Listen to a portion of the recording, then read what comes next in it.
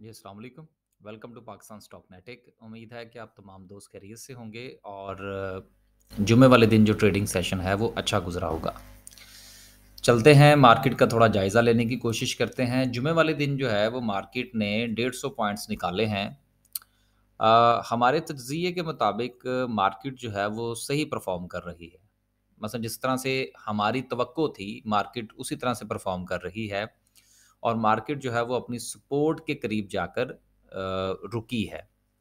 लेकिन इस वीकेंड पर जो है वो कुछ ऐसी तब्दीलियाँ रूनुमा हुई हैं नेशनली भी और इंटरनेशनली भी कि मार्केट को अपनी सपोर्ट पर होते हुए भी शायद इस चीज़ का अब थोड़ा खदशा पैदा हो रहा है कि जो हमारा इन्वेस्टर है वो थोड़ा-सा प्रेशर ले सकता है जो बाइडेन साहब के बयान का भी और इसके साथ-साथ पॉलिटिकली जो नूरा कुश्ती पाकिस्तान में हो रही है, इसका भी शायद कुछ मामला जो है वो थोड़ा प्रेशर में आ सकता है। लिहाज़ा इस पर इंशाल्लाह जो है वो आगे चल के तफ़सील से थोड़ा बात करने की कोशिश करेंगे जब हम कैंडल को डिस्कस करेंगे। जुम्मे वाले दिन जो है वो मार्केट ने 137 पॉइंट निकाले, ऑल शेयर की बात करें तो 100 पॉइंट्स की कमी है, केएमआई 30 की बात करें तो 259 पॉइंट्स निकले हैं। देखिए केएमआई 30 के हवाले से मैं तकरीबन गुज़िश्ता तकरीबन तकरीबन हर वीडियो में ये बात कर रहा हूँ कि केएमआई 30 थोड़ा स्टेबल हमें नज़र आ रहा है मार्केट की मौजूदा सूरत हाल में। लिहाज़ा इस वक़्त अगर कुछ होल्डिंग रखी जा सकती है, तो केएमआई 30 जो है वो इस वक़्त मेरी नज़र में सेफ़ एंड साउंड है। बाकी आपको पता है कि सूरत हाल वक़्त के साथ-साथ बदलती रहती है। और बहुत सारे ऐसे शेयर्स हैं जो केएमआई 30 में भी हैं और कुछ शेयर्स जो हैं वो केएमआई 30 के अलावा भी हैं कि जो अच्छे लेवल पर है जिनको डिविडेंड के लिए इस वक़्त खरीदा जा सकता है। आगे चलते हैं और बात करते हैं सर्किट ब्रेकर की। आज जो है आज से मुराद जुमे वाले दिन जो है वो माशाल्लाह से 6 कंपनीज़ अपर कैप हुईं जिसमें सर-ए-फ़हरिस्त तो है जो दीवान फ़ारूक मोटर है। अभी उससे मेरा ख़्याल है शायद जुमेरात वाले दिन की बात है कि हमने दीवान फ़ारूक मोटर के ऊपर हमने बात की थी और मैंने बाकायदा यहाँ पर लिखा भी था अपनी रिकमेंडेशंस के हवाले से।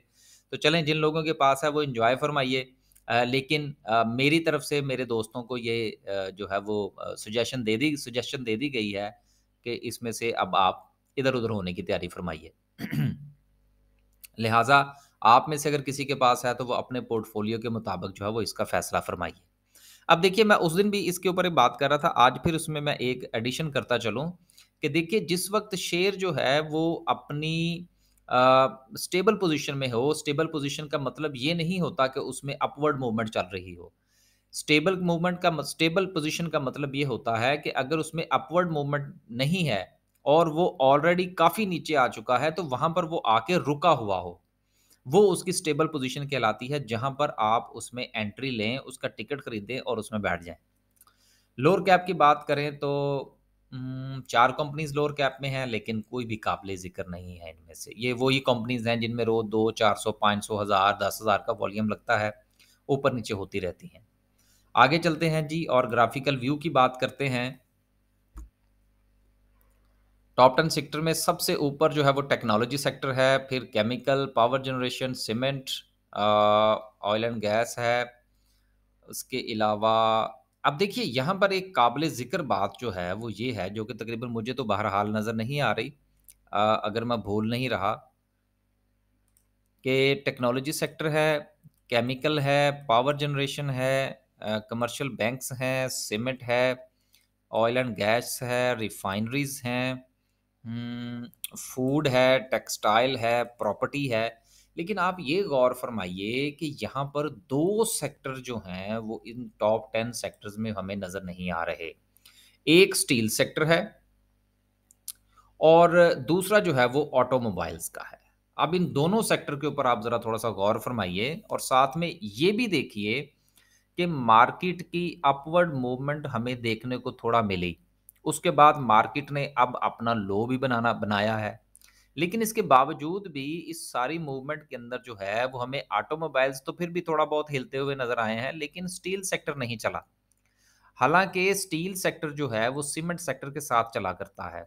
अगर सीमेंट सेक्टर के अंदर वॉल्यूम लगने शुरू होते हैं तो स्टील में भी लगते हैं। उसमें अगर अपर कैप्स लगते हैं तो स्टील में भी कुछ ना कुछ हमें जो है वो देखने को मिलता है।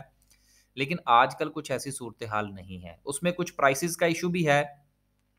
लेकिन प्राइसेस का इशू अपनी जगह पर, लेकिन जिस जगह पर सीमेंट का इस्तेमाल होगा वहां पर स्टील का इस्तेमाल भी होगा।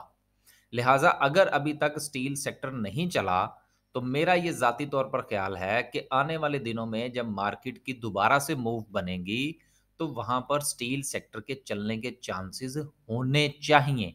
उसकी वजह ये है कि इसको काफ़ी देर हो गई है, ये सेक्टर नहीं चला और लोग अब यहाँ पर मैं एक और बात बताऊँ, अभी-अभी मेरे ज़हन में आई है कि देखिए, अब जो सेक्टर नहीं चल रहा होता और मार्केट जो है वो उसमें मूव बन रही होती है, तो लोग क्या करते हैं? वो कहते हैं यार दफ़ा करो यार, ये तो सेक्टर चलता ही नहीं है, ये जो शेयर चल ही नहीं रहा जी। वो उसमें से एग्ज़िट लेना शुरू कर देते हैं और एग्ज़िट लेने के बाद जो है वो दूसरे सेक्टर में घुसने की कोशिश करते हैं और जिस वक़्त वो चलते हुए सेक्टर में घुसते हैं, तो जो सेक्टर रुका हुआ होता है अगली बार उसकी बारी आ जाती है। तो इसलिए आइडेंटिफ़ाई करना बहुत ज़रूरी होता है कि आपने अगर अपना स्टेक किसी सेक्टर में रखा है, तो फिर थोड़ा-सा हौसला फ़रमाइए और उसका थोड़ा इंतज़ार कीजिए। ताकि जिस वक़्त उस सारी मार्केट कभी भी नहीं चली और सारे सेक्टर्स कभी भी नहीं चलते और अगर सेक्टर भी चलता है तो सेक्टर के सारे शेयर्स कभी भी नहीं चले। इसलिए जिस वक़्त आप शेयर्स का इंतख़ाब फ़रमाइए तो उस वक़्त भी थोड़ा-सा उसके ऊपर गौर कर लीजिए और जब आप पोज़ीशन बना लें तो फिर हौसला ज़रूर किया करें उसके अंदर स्टे करने का। भागम-भाग में अगर आप पोज़ीशंस काटने की कोशिश करेंगे, तो फिर शायद ऐसा ही होगा कि जैसे ही आप जो है वो शेयर बेचेंगे, वो शेयर ऊपर चला जाएगा या जैसे ही आप शेयर खरीदेंगे तो वो शेयर नीचे चला जाएगा। तो ये जो पोज़ीशन हमें सुनने को मिलती है कि जी मैंने शेयर खरीदा तो वो नीचे चला गया, मैंने शेयर बेचा तो वो ऊपर चला गया। उसकी रीज़न ये होते हैं कि हम आइडेंटिफ़ाई नहीं करते कि हमने शेयर को कहाँ खरीद रखा है और अगर हम थोड़ा बहुत आइडेंटिफ़ाई कर लेते हैं, तो फिर हमसे सब्र नहीं होता। तो पेशेंस जो है ना, वो मैं अक्सर एक बात कहता हूँ, patience is key to success in trading, stock market. तो पेशेंस जो है ना वो बहुत ज़रूरी है। मैं फॉरेक्स वगैरह की बात नहीं कर रहा, वो मामला तो और है, उस पर जब वीडियो बनाएँगे, तो फॉरेक्स के मामलात या क्रिप्टो के मामलात हम सेपरेटली डिस्कस करेंगे। उनके जो मामलात हैं, उनकी जो ट्रेडिंग है, उसको आप स्टॉक मार्केट के साथ बराए मेहरबानी कंपेयर मत कीजिएगा। दोनों में ज़मीन आसमान का फ़र्क है। आगे चलते हैं। टॉप 10 सिंबल्स की बात करते हैं, तो सबसे ज़्यादा वॉल्यूम डब्ल्यूटीएल में एक बार फिर लगा। लगता रहे जी हमारी तो कोई पोज़ीशन नहीं है। उसके बाद टीआरजी है, जीटैक, जीजीएल है, के इलेक्ट्रिक है। अब के इलेक्ट्रिक सुनने में आया है, अब ये दोबारा ज़रा इसको ज़रा देख लें।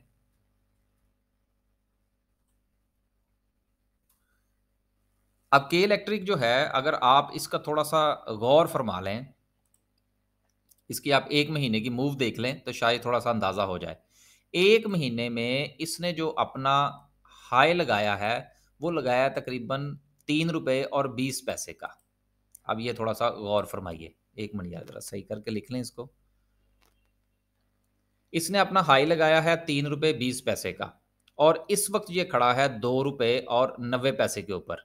अब ये कैलकुलेशन करने लगा हूँ मैं, इसका ये कतई मतलब नहीं है कि आप जो है वो के इलेक्ट्रिक में कूद जाएँ। ये सिर्फ़ एक समझाने की गर्ज़ से मेरी तरफ से बात होती है कि कोई एग्ज़ाम्पल जो है वो मेरे सामने आ जाती है तो मैं उस पर बात कर देता हूँ। ये कोई प्री प्लान्ड नहीं होता। अब ये देखिए कि अगर ये शेयर जो है, अगर आप इसकी मूव देखें गुज़िश्ता 1 महीने की, तो इसका जो लो था, वो तकरीबन को ₹2.80 का था। ₹2 और 80 पैसे का इसने लगाया 1 महीने के अंदर लो और ₹3 और 20 पैसे का जो है वो इसने लगाया हाई। अब अगर आप इसमें से इसको माइनस करें ₹3 20 पैसे में से, तो 20 और 20 ये बनते हैं 40 पैसे।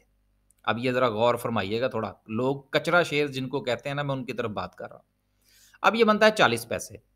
अब जो ब्रोकरेज और टैक्सेस वगैरह हैं, अगर वो शामिल करें और आप ₹3 वाला शेयर खरीदें, तो तकरीबन जिस वक़्त आप उस शेयर को खरीदते हैं, तो उसके ऊपर 5 पैसे वन साइडेड कमीशन बनती है। तो अगर हम बाइंग और सेलिंग दोनों की कमीशन शामिल कर लें, तो ये तकरीबन बनती है 10 पैसे। अब 40 पैसे में से अगर आप 10 पैसे को माइनस करें, तो पीछे बनते हैं 30 पैसे।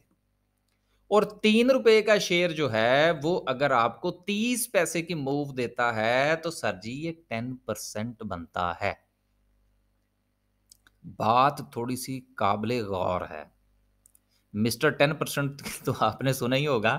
तो बात करने का मतलब ये है कि 10% जो है ये अगर आप अपना पैसा बैंक्स के अंदर रखते हैं तो साल में वो जो आपको प्रॉफ़िट देते हैं वो तकरीबन इस वक़्त जो सिचुएशन चल रही है वो 11 से 13% की है, 12 महीने के बाद। और एक छोटे से शेयर की जो मूव है 1 महीने के अंदर वो 10% की है। तो इसलिए जिस वक़्त आप किसी शेयर के अंदर ट्रेड फ़रमाइए, तो उसका थोड़ा-सा इस तरह से ना हदूद-दरबा भी देखा करें, उसकी कैलकुलेशंस भी देखा करें और थोड़ा-सा अपने आप को ये भी समझाने की कोशिश किया करें और ये ना सोचा करें कि जी ये इस शेयर ने क्या करना है जी, सिर्फ़ 30 पैसे ही तो दिए हैं इसने। सर जी 30 पैसे ही दिए हैं, लेकिन in the form of percentage जो है, वो चीज़ों को ज़रूर समझा करें। अपने पोर्टफ़ोलियो या इंडिविजुअल शेयर्स की जो ग्रोथ है या उसका जो डाउनफॉल है, उसको हमेशा आप कैलकुलेट करेंगे in the form of percentage. Figures के ऊपर नहीं जाएँगे कि मुझे 30 पैसे का प्रॉफ़िट हुआ है या ₹300 का प्रॉफ़िट हुआ है। लॉस अगर ₹1 का हुआ है या 10 पैसे का हुआ है, जब आप उसको in the form of percentage calculate करेंगे, तभी तभी जाके आपको हकीकत का अंदाज़ा होगा कि आपका पोर्टफ़ोलियो या आपका शेयर जो है, वो किस तरफ मूव कर रहा है। आगे चलते हैं। काफ़ी तफ़सील जो है वो आज इस हवाले से हो चुकी। आज की कैंडल की बात करते हैं तो हमारी तरफ से जुमेरात वाले दिन भी इस ख़्वाहिश का और एनालिसिस का इज़हार किया गया था कि मार्केट जो है वो अपनी रेड लाइन की तरफ रवां-दवां है। इसको मार्केट क्रॉस ना भी करे तो कम से कम इसकी जो लेग है, इसकी जो नीचे वाली विक है, उसका इस लाइन के करीब या इसको टच करना जो है वो ज़रूरी है। तो मार्केट ने बहरहाल उसके करीब तरीन जो है वो हमें लो तो दिया, लेकिन मार्केट की जो क्लोजिंग थी वो थोड़ी बेहतर थी। अगर मार्केट वहीं क्लोजिंग देती तो शायद हमें मार्केट्स में आज जो है वो 250 से 300 पॉइंट्स की जो है वो कमी देखने को मिलती। लेकिन ऐसा नहीं हुआ, मार्केट में बहरहाल बायर भी मौजूद है। दूसरी तरफ अगर हम मार्केट में लगने वाला वॉल्यूम देखें, तो वो भी उतना ही है जितना कि जुमेरात वाले दिन था। लिहाज़ा हमने ये इस तरह से एक लाइन लगाई थी कि मार्केट के अंदर जो लगने वाला वॉल्यूम है, ये भी डिपेंड करता है कि क्या मार्केट को अब तब्दील होना चाहिए या नहीं। मार्केट बहरहाल अभी भी अपनी सपोर्ट से ऊपर है, अपना अभी इसने हायर लो जो है वो कंप्लीट नहीं किया। लिहाज़ा अगर मंडे वाले दिन जो है, सोमवार वाले दिन जो है, अगर मार्केट में हमें को थोड़ी-सी मज़ीद मूव नीचे की तरफ देखने को मिलती है, तो अभी तक मार्केट की जो मूव होगी नीचे की तरफ, वो कैलकुलेटेड होगी और उसको कुछ डिज़ास्टर कंसीडर नहीं किया जा सकता।